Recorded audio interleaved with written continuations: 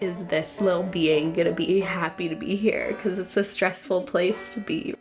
There's so much kind of instability in the world right now. It feels like we're at a crossroads.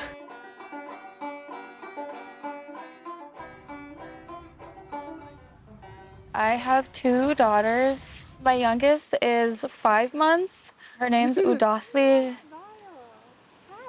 She's really happy. My sisters even Googled, what does it mean if a baby's happy all the time? Is there a problem? The decision for me to have kids was really easy. I myself have 13 siblings. Having, a big family was always something that I really valued. My biggest worry for them is the climate. What to Expect is a Canadian documentary from director Laura Cameron, and it is a very interesting documentary which tackles the joint subject of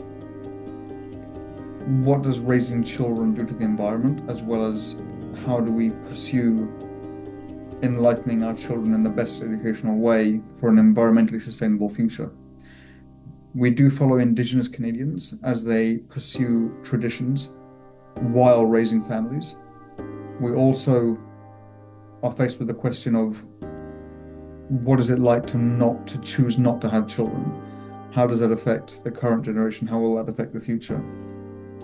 So while merging together tradition, culture, and the future, which is what is the condition that the planet is in, and where are we going from here, and how do we deal with that best?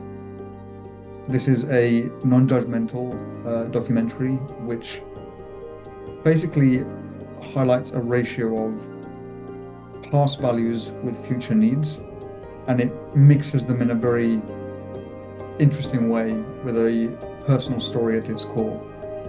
So while we are valuing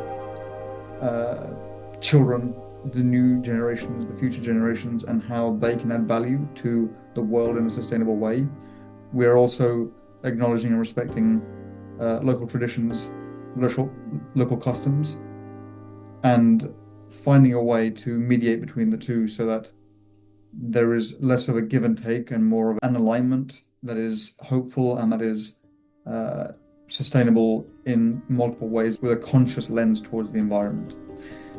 Ultimately, the question is, should we have kids?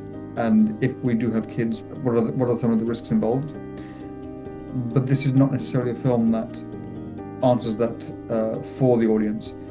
It's a film that provokes the thought process, that it makes people think, and if people do have kids, not to make them feel guilty.